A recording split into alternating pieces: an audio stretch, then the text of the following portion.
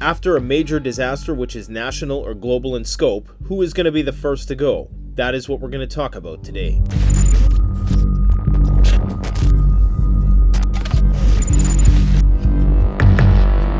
Using some simple inductive reasoning, we can hypothesize who is going to be the first to go after a substantial grid-down disaster scenario. Firstly, if you find yourself in the epicenter of a disaster, be that the core of the blast zone, proximus to patient zero, living on an active fault line, or in the pathway of an F5 tornado, there's a good chance you'll be among the first to go, unless you have an adequate bunker or strong immunity. Although no one can predict where the epicenter of disaster is going to be, there are some areas that are more high risk. For instance, in a densely populated urban environment, near a nuclear target like a major hub for industry or a military base, some situations are going to be inescapable, which is why the majority of serious preppers and survivalists tend to stay away from densely populated areas. Number 2 is exposure. If it is winter time and all hell breaks loose, and you live in a region which normally has sub-zero temperatures for months on end, without a way to keep yourself warm, you're likely not going to make it. In an SHTF predicament in the winter time, the majority of people not already taken out by the initial disaster are going to die from the cold weather. There's a distinct possibility that the already underpopulated regions of the Midwest and the Great Plains in North America would likely be evacuated to the warmer coastal areas. There simply is not enough natural fuel here in the absence of natural gas to support human life. And contrary to popular belief, a lot of people are going to be moving from Canada southwards, as opposed to fleeing north to flee the melee for resources that will take place in the densely populated regions of the United States. The fact is, in survival, warmth trumps everything, even if that means throwing yourself into the zombie horde. Unfortunately, many people who are trying to eke out an existence in a densely populated urban environment post-collapse are going to be faced with the challenge of waterborne disease and just the spread of disease in general. This, in combination with malnutrition and the increased stress of the situation, is going to account for a substantial portion of the deaths post-collapse. There are some individual characteristics which are going to determine your survivability post-collapse. People with health issues that rely heavily on the grid likely are not going to last too long. It's an unfortunate reality that doesn't benefit from sugarcoating. If you require medications that need to be synthesized in a lab, if you require life support systems, or other acute medical support for chronic health conditions, chances are that without stockpiling medication or having an energy source to power your life support systems indefinitely, your time will be limited. People who are over 65 and children under 5 years old are more susceptible to viral outbreaks. Pregnant women are also going to be at high risk. Without adequate medical support, their lives can be cut short by prenatal, perinatal, or postnatal complications. If you require insulin, you're going to need an extensive supply. If you require a CPAP machine, you're going to need energy to power that machine. If you have a chronic cardiovascular condition, you're going to need medication. If you have an HIV diagnosis and require antiretrovirals, if you have a cancer diagnosis and you require medications to suppress it, and people who are reliant on antipsychotic drugs to keep their psychosis suppressed are going to become highly symptomatic, and they're going to end up doing something to put them or their families' lives in great jeopardy.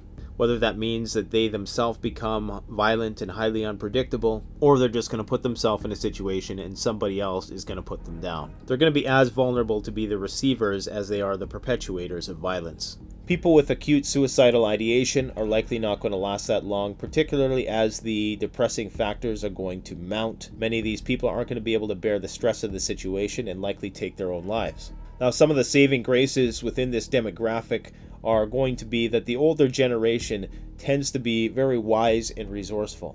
And while they are more physically vulnerable to the rigors of a post-collapse world, these positive attributes will not only counterbalance their deficient ones, but will also make them valid resources for groups. In addition, children are highly adaptable. Unlike people who are older, they have the capability to fully recover and heal from various injuries. However, there are some other reasons that if things get really ugly, people with children will have a harder time trying to survive than those uncommitted to this kind of task. This is because, by and large, children are a liability.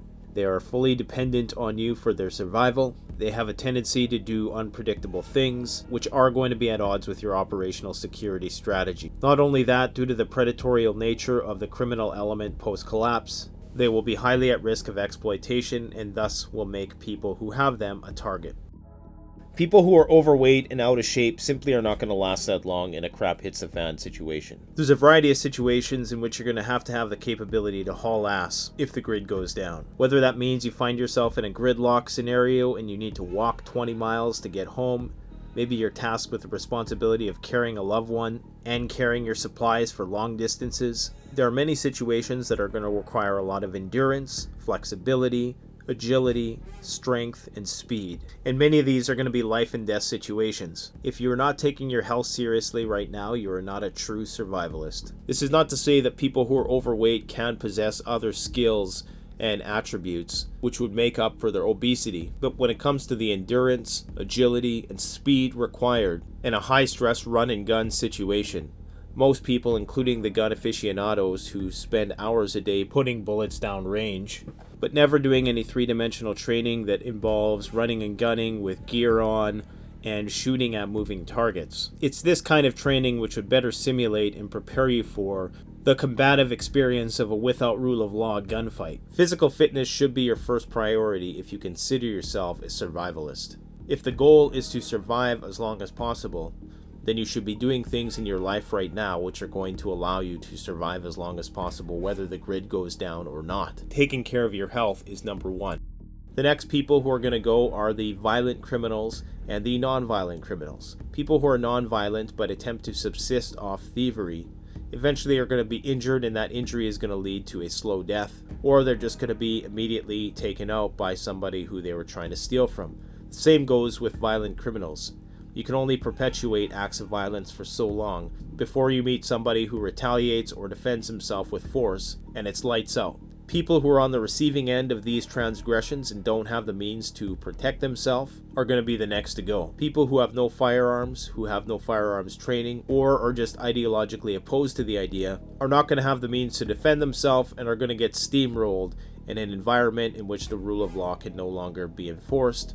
Next, it's people with no resources and no skills, or your skills are so specialized, like a software engineer for instance, that without the grid your occupation simply doesn't exist. If you don't have the exact skills, or at least a set of transferable skills, to help you adapt to this downgraded mode of subsistence, you aren't going to last that long. If you have no provisions tucked away, you're going to have to go out and scavenge, and you're going to be putting yourself at risk every time you do that. Many of these people are going to fall into the category of those who currently are living under the poverty line. However, the saving grace for this group may be the fact that they are accustomed to hard times, and they are accustomed to living with less and doing more with less.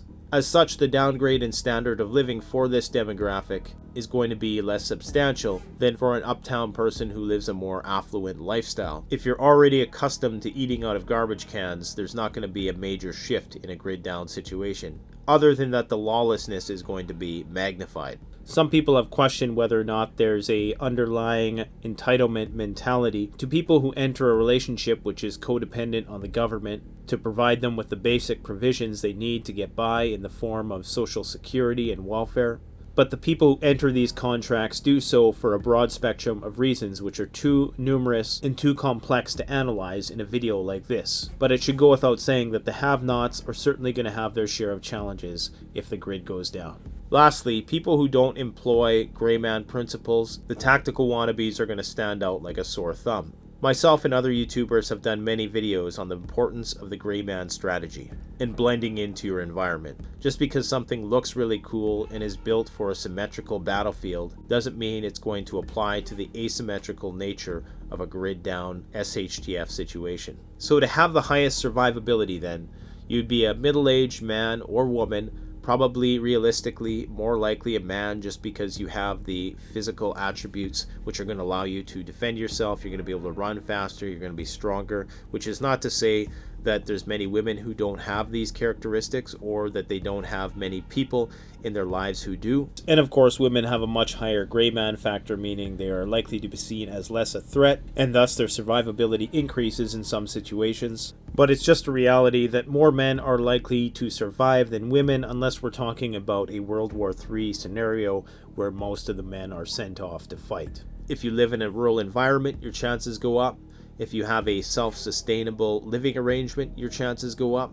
if you have the ability to protect and defend yourself, if you have hunter-gatherer and horticultural skill sets, if you're in good physical condition, if you have no chronic health conditions, and if you have a strong social network, you have the greatest chance for surviving an end of the world as we know it scenario. If you possess these characteristics, or if you find yourself in one of these highly vulnerable groups, there's no sugarcoating the fact that if you don't address those issues, you're likely not going to make it that long. If you have any irreversible deficiencies in the aforementioned areas, then you need to focus on building your strengths in other areas. If you are a person who is wheelchair bound and has chronic health conditions and lives in a densely populated urban environment, then your top priority should be location. If you're unable to move from that environment due to financial reasons, then you need to work on procuring the medication and life support systems that you're going to require to last at least 6 months, and you're going to need extensive self-defense and firearms training to protect yourself.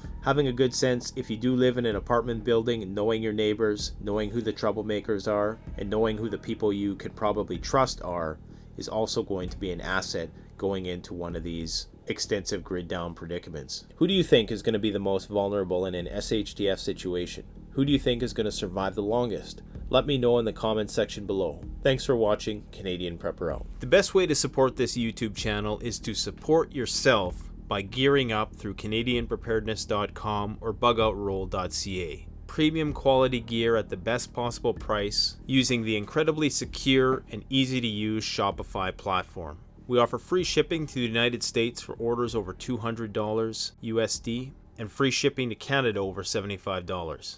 So support the channel by supporting yourself.